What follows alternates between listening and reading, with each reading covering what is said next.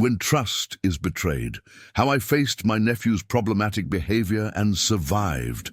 I never imagined I'd write about something so personal, but I feel compelled to share my experience. My name is Laert. I'm 34 years old, and I've always tried to be a positive presence in my family's life, especially my nephew Vinicius. He's 14, an intelligent boy, but with difficult behavior.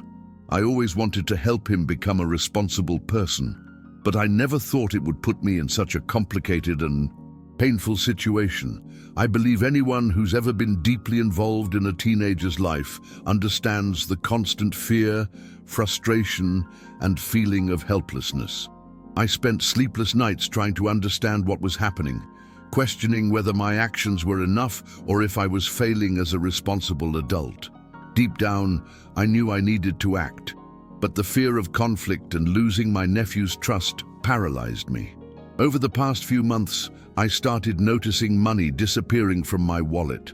At first, I thought I was forgetting my own expenses, because adult life is already full of bills and responsibilities.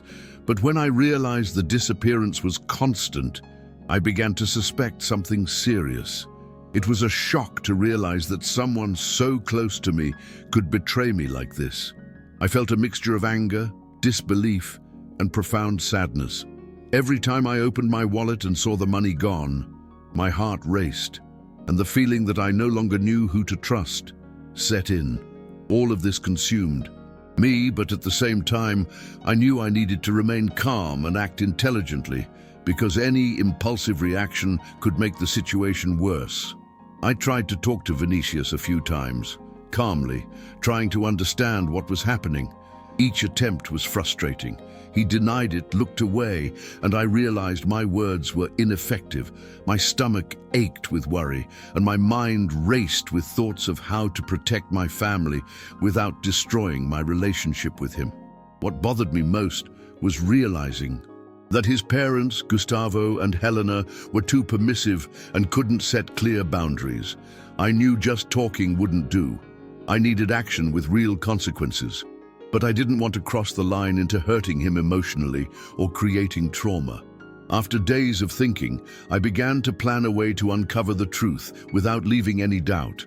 I spoke with my friend Rafaela, who has always been my confidant, and she helped me think strategically without acting impulsively. She was the one who suggested the idea of play money. I confess that at first I was hesitant. Setting a trap seemed extreme, and part of me felt guilty just thinking about it. But another part knew that the only way Vinicius would understand the gravity of his actions would be through concrete consequences. I needed to protect my family, my own well-being, and at the same time, give him a chance to learn before things got out of hand. The day I decided to put the plan into action was one of the most stressful of my life. My heart was beating so fast, it felt like I was going to faint. I put the fake money in my wallet, but each second felt like an eternity. I wondered if I was being cruel, if I would hurt Vinicius irreparably, or if he would never be able to forgive me. But something inside me told me this had to happen. This was the only chance to show that actions have consequences, that you can't deceive and exploit the trust of people who care about you. I was scared, yes, but also determined to do what was necessary, even if it cost me my peace for a few weeks or months. The moment I realized Vinicius had taken the counterfeit money was incredibly tense. I was in the car, waiting for him to return from the store, and each minute felt like an eternity. My stomach ached with anxiety, my hands trembled, and at the same time, I felt a strange clarity about what needed to be done. When I saw him entering the store, holding the note and trying to pay for something, I felt a mixture of relief and fear. Relief because I finally had the proof I needed. Fear because I knew this would change our relationship forever. It was at that moment that I realized I could hesitate no longer. When the situation became a reality and the store called the police, I felt a mixture of shame and need. It was difficult to see my own nephew being detained, even though I knew he needed to face the consequences of his actions. My heart felt tight, as if it were being crushed. But at the same time, I knew it was an inevitable step toward helping him understand the gravity of what he had done. The feeling of helplessness was intense because even trying to protect and guide him, I couldn't prevent him from facing reality. It was one of the most painful moments of my life, but also one of the most necessary. In the minutes and hours that followed, I reflected on my choices and the education Vinicius was receiving at home. It was difficult to cope with the frustration of seeing permissive parents who couldn't set clear boundaries. I felt alone in many decisions, as if I were carrying a weight that wasn't just mine. But at the same time, that feeling gave me the strength to carry on. I realized that, despite everything, I could act responsibly and protect my nephew from himself, showing him the line between right and wrong in a concrete way. After everything happened, we spoke with Dr. Ottavio, the lawyer, to understand the legal aspects of what I had done. I confess, I was afraid I had overstepped my bounds, that I had made a mistake, that I would harm Vinicius more than I would help him. But Dr. Ottavio explained that even though it was an extreme measure, it was justified by the context and the intention to educate and protect him. This understanding brought enormous relief because I was finally able to put reason before guilt and realize that what I had done had a greater purpose. The conversation with Raffaella was also crucial in this process. She helped me realize that the fear and anger I felt weren't signs of weakness, but of someone who truly cares and wants to do the right thing.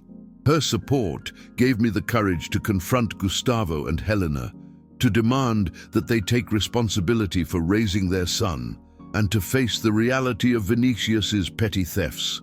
I was still emotionally exhausted, but I realized I was stronger and more aware of the boundaries we needed to set so he could learn and change. Facing Gustavo and Helena was one of the most tense moments of my life. I never imagined I'd have to confront adults about raising my own son, but I realized there was no other way. A mixture of anger, frustration, and sadness consumed me.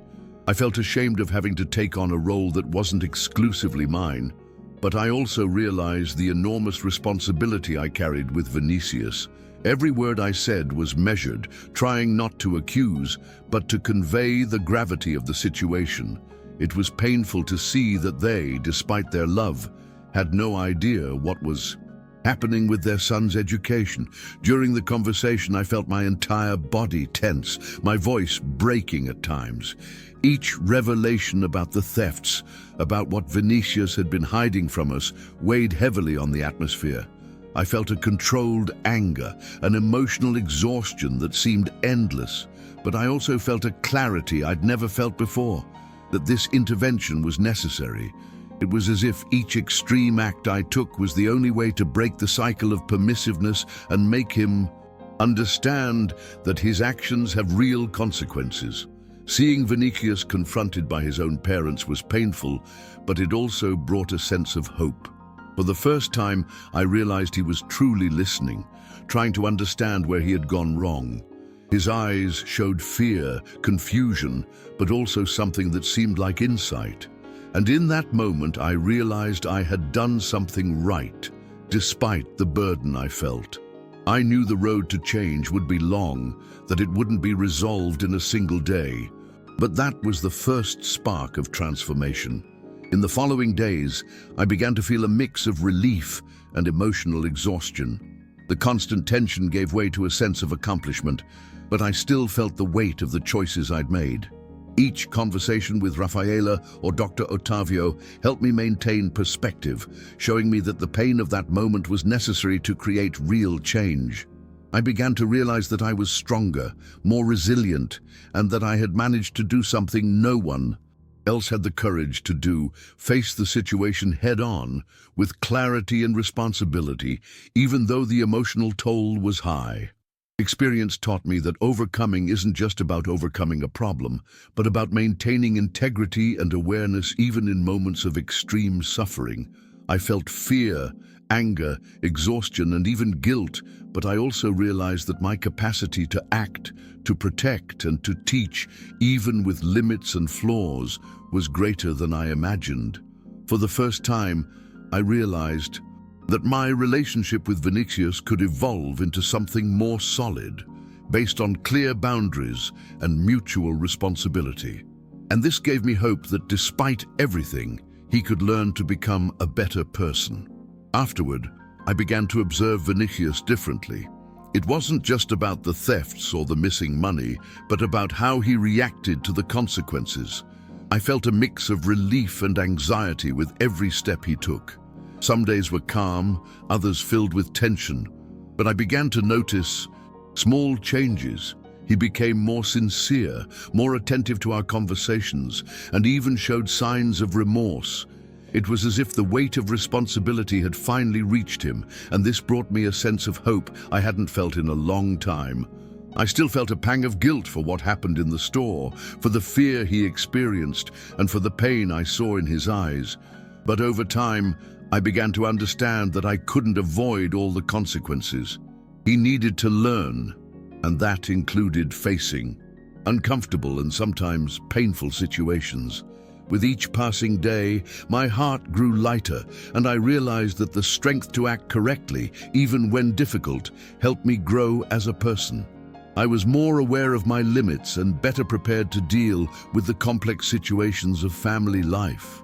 I talked extensively with Rafaela about how to deal with post-conflict. She helped me see that supporting, teaching, and setting limits are not opposing attitudes, but rather complementary ones. I began to approach Vinicius with patience, explaining that love didn't mean permissiveness without rules. Each conversation made me realize that, despite the pain, the bond I had with him was growing stronger.